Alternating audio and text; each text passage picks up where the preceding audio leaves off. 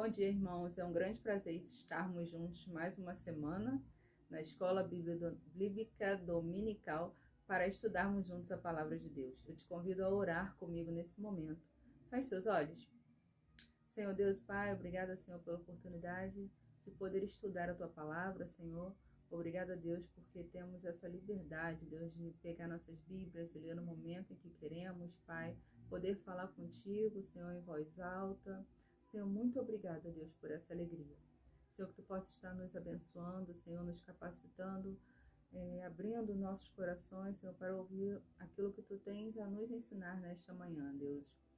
Senhor, que Tu me capacite, me dê palavras, tire palavras também da minha boca, Pai, que somente eu venha falar, Deus, aquilo que Tu queres que eu fale, Pai. Muito obrigada, Deus, por essa oportunidade. Perdoa nossos pecados, Senhor, em nome de Jesus. Amém. Irmãos, vamos fazer o estudo 3 da revista Compromisso, que encontra-se na página 19. Nós vamos dar sequência ao estudo dos ensinamentos de Jesus no Evangelho de Marcos, que tem como tema, nessa semana, parábolas e milagres. Durante toda a semana, na leitura diária sugerida pela revista, nós lemos todo o capítulo de Marcos, do Evangelho de Marcos, e o capítulo 5 nós lemos de versículo 1 a 43. E nós devemos, com esse estudo de hoje, aprender a perseverar em meio a tribulações, em meio a perseguições e tentações. Devemos também, irmãos, aprender a cumprir a nossa missão de semeador da palavra de Deus. Jesus, ele usava parábolas para mostrar e reforçar as verdades divinas. As parábolas, assim como os milagres de Jesus, nos trazem ensinamentos sobre fé e sobre vida cristã. E vamos conversar um pouquinho sobre essas parábolas que encontram-se no livro de Marcos, capítulos 4 e 5. A primeira parábola encontra-se nos versículos de 1 a 20 do capítulo 4 de Marcos. Temos a parábola do semeador. Vamos ler lá no versículo 4, Marcos 4, versículo 3. Marcos 4, 3. Abra suas Bíblias, irmãos, comigo. Ouçam, o semeador saiu a semear. Ouçam, o semeador saiu a semear. Essa parábola, ela nos encoraja a exercer o nosso entendimento espiritual. Essa parábola, na verdade, ela é uma parábola de muitos tipos de solo. É o que a lição destaca. E Jesus conhecia o solo rochoso das mentes dos escribas e dos fariseus. Jesus, ele via o entusiasmo superficial daquela multidão. Ele via a instabilidade daquela multidão.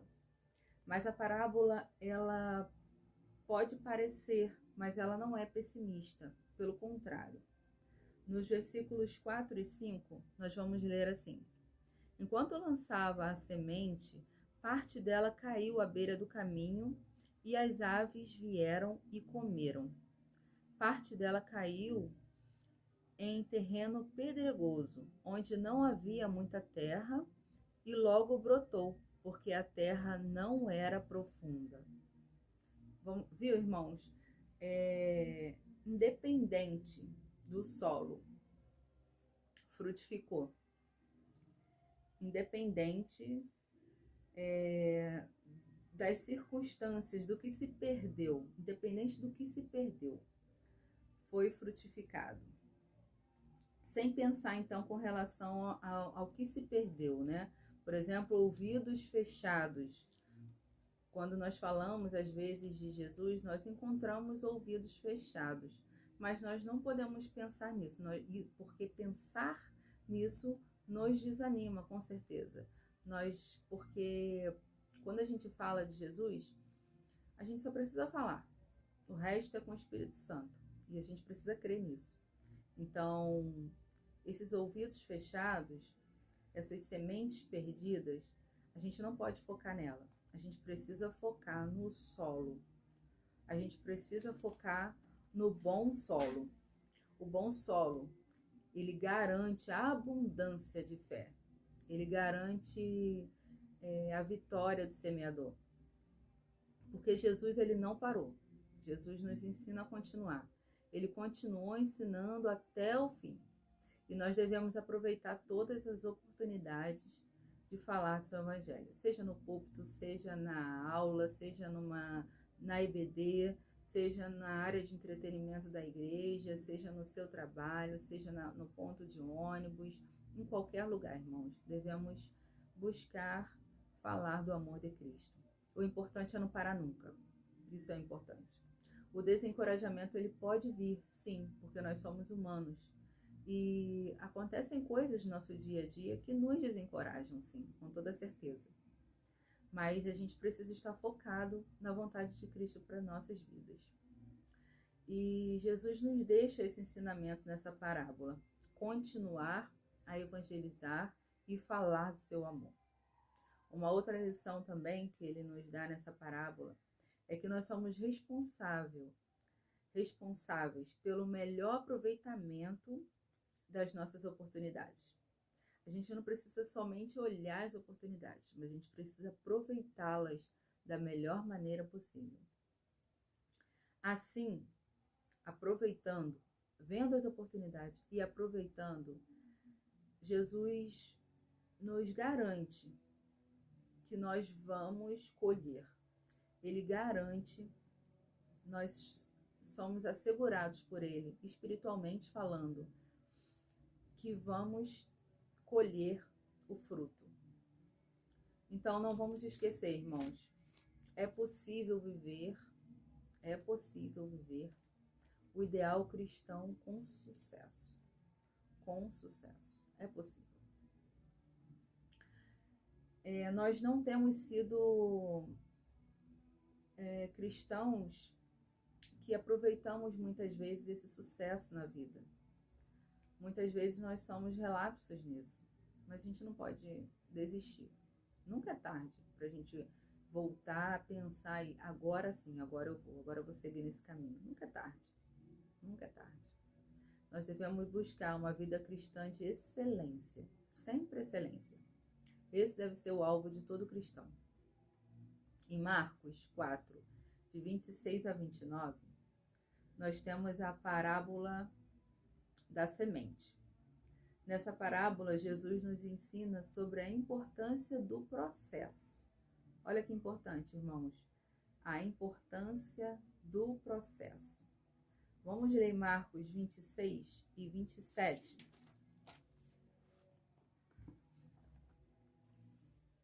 Marcos 26 e 27. Diz assim. Ele prosseguiu dizendo: o reino de Deus é semelhante a um homem que lança a semente sobre a terra. Noite e dia, estando ele dormindo ou acordado, a semente germina e cresce, embora ele não saiba como. Olha, irmãos, embora não saibamos como, ela cresce. O reino de Deus é assim. Nós não sabemos. Não é dito aqui para quem foi proferida essa palavra, se era para a multidão ou se era para os discípulos de Jesus. Aqui não diz. Mas a terra, nesse caso, sem dúvida, representa os corações acolhedores. Representa os corações acolhedores. A terra fértil. A produção de frutos. É um processo gradual, irmãos. Como a gente já falou aqui no início, né? É o Espírito Santo que faz. Nós devemos fazer a nossa parte. O resto é com o Espírito Santo. E é um processo gradual e requer tempo. Assim como nós lemos no versículo 28, vamos ler também. O versículo 28 diz: a terra cresce, embora ele não saiba como. A terra cresce, embora ele não saiba como. A terra, por si própria, produz o grão. Primeiro o talo, depois a espiga e então o grão cheio na espiga. Quer dizer, é gradual, tem o processo. Não dá para pular o processo, né? A terra por si só, ela frutifica. Aqui nós vemos a espontaneidade do desenvolvimento. O agricultor, ele não tem nenhuma parte para desempenhar nesse crescimento, mas o poder de dar o início, de passar pelos sucessivos estágios. Nós temos que dar o início. O restante é com o solo, não é mais conosco, não é mais a minha responsabilidade, não é mais a sua responsabilidade. O que nós temos que fazer é dar o pontapé inicial. E até que atinja, mas o poder de dar o início e de passar pelos sucessivos estágios, até que atinja a maturidade e a perfeição, é algo que não faz parte das propriedades da própria semente. Na proporção que o próprio solo determina, e assim o fruto é produzido automaticamente. Quer dizer, nós vamos plantar e automaticamente esse fruto ele vai ser produzido. No versículo 29, nós lemos que algum dia a foice será posta em funcionamento. Algum dia vai ser posta em funcionamento a foice. Aí sim, irmãos, aí chegou o tempo da colheita. Tudo aquilo que nós tínhamos nos esforçado, trabalhado, nós oramos, ficamos tempo orando por aquilo, finalmente atingirá o seu ponto de realização.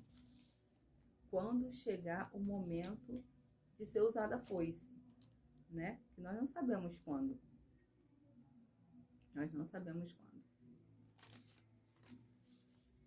Em Marcos, no capítulo 4, no versículo 30, Jesus nos ensina sobre a igreja e na parábola do grão de mostarda, né? Muito conhecida por cada um de nós.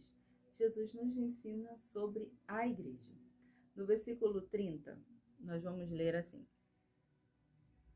Novamente ele disse: com que compararemos o reino de Deus? Que parábola usaremos para descrevê-lo?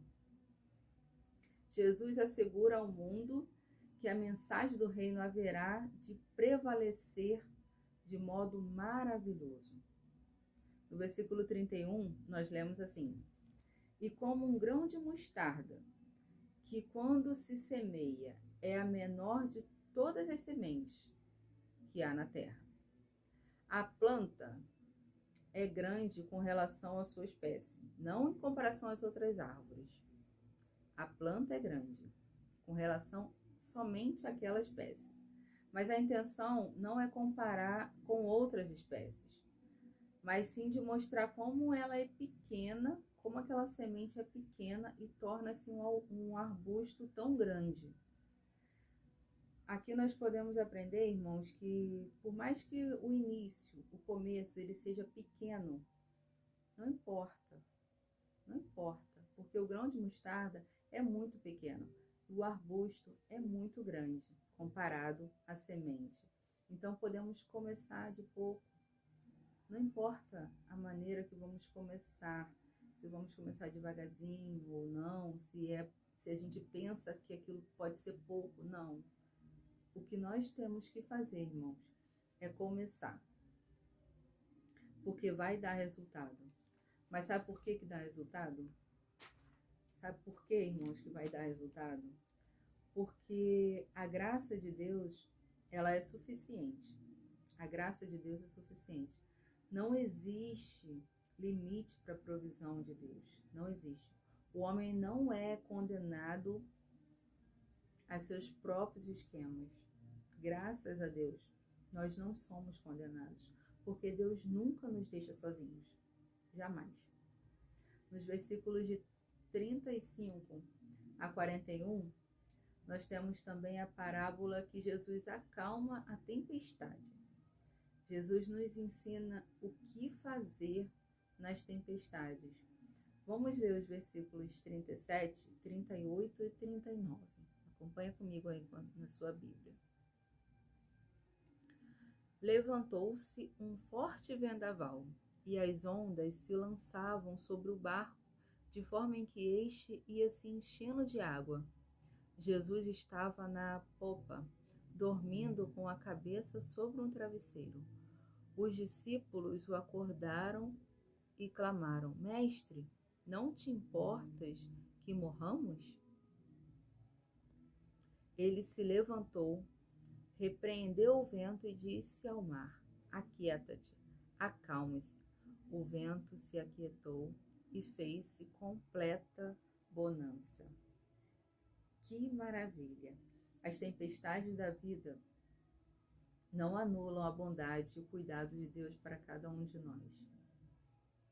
Jesus, ele era humano, né? Ele estava cansado de um dia de trabalho, de todo um dia cheio de trabalho. E no lago lá da Galileia, os temporais eram súbitos e violentos, devido às condições mesmo geográficas, atmosféricas, né, configurações geográficas. Então, mas isso não importava, porque nós temos uma boa notícia. Os irmãos sabem qual é essa boa notícia? A boa notícia é que Jesus é a rocha da terra cansada. Jesus é a rocha da terra cansada. O maligno, ele cria temporais.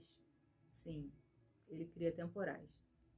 E sem a proteção de Deus, nós todos nós, sem exceção, estaríamos perdidos. O inimigo cria temporais, sim. Mas nós temos um Deus. Nós temos o Deus. Nós temos Jesus Cristo, que está conosco. Nós, se não tivéssemos Jesus conosco, nós estaríamos perdidos fisicamente e espiritualmente, sem dúvida nenhuma. Mas nós temos Cristo. Vamos ler no versículo 41? Bom, lê comigo aí da sua casa. Eles estavam apavorados e perguntavam uns aos outros: quem é este que até o vento e o mar lhe obedecem? Cristo resolve todos os problemas, irmãos, todos os problemas. Muitas vezes nós sabemos disso, que Cristo resolve todos os problemas, mas muitas vezes nós não conseguimos deixar nossos problemas nas mãos de Cristo. A gente se preocupa demais, né? É difícil a gente soltar e deixar na mão dele realmente, a gente descansar em Cristo. Mas nós precisamos praticar isso, irmãos. Que nós vamos ter uma vida muito mais em paz, muito mais leve, se nós deixarmos todas as nossas aflições na mão de Cristo. Em Marcos 5, agora no capítulo 5, de 1 a 20, Jesus, ele cura o endemoniado. Jesus nos ensina por meio de uma libertação. Mais um ensinamento de Cristo. Jesus, ele atravessava o mar da Galileia e ele encontrou um homem que se mutilava, que andava nu, que entrava no cemitério quebrando as correntes, e Jesus o libertou. Jesus, ele operou um milagre na vida daquele homem. Mas o que aconteceu com Jesus? Jesus o salvou. Jesus operou o milagre, Jesus libertou aquele homem. Mas mesmo assim, Jesus foi rejeitado, né? Jesus foi rejeitado, Jesus foi convidado a se retirar daquela região, porque o que era mais importante ali para aquelas pessoas era a economia e não a vida humana. Então não importava para eles o que Jesus tinha feito, porque a economia era o mais importante. E será que nós estamos, irmãos, colocando a economia frente às coisas de Jesus? Será que a nossa economia tem atrapalhado nosso relacionamento, a nossa intimidade com Deus? Eu acho que cada um de nós, a gente precisa pensar também, né, nisso. porque é também um dos ensinamentos das parábolas de Jesus. Mais para frente, nos versículos de 21 a 43, fala sobre o poder de Jesus sobre a doença e sobre a morte.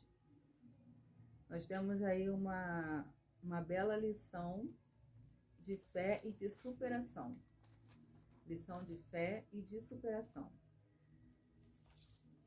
Quando Jesus voltava do porto, ele encontrou duas pessoas. Jairo, um sinagoga, que tinha uma filha que estava muito doente, e encontrou também uma mulher que há 12 anos sofria com uma hemorragia. Ambas necessidades urgentes. Um homem com a sua filha doente e uma mulher com hemorragia há 12 anos, né? Duas enfermidades que não podiam esperar, duas enfermidades urgentes. E Jairo precisava vencer algumas coisas, algumas questões para ir atrás de Cristo e se humilhar até ele e dizer que precisava do seu milagre. Assim também como uma mulher enferma. Jairo, ele precisou vencer o que ele era. Ele precisou vencer a opinião dos amigos dele. Jairo, ele precisou vencer as circunstâncias contrárias. Que desafio, né, irmãos? E aquela mulher enferma, ela precisava superar a multidão. Ela precisava superar suas limitações e ela precisava enfrentar a exposição pública naquela multidão, né, em pedir ajuda a Cristo. E muitas das vezes,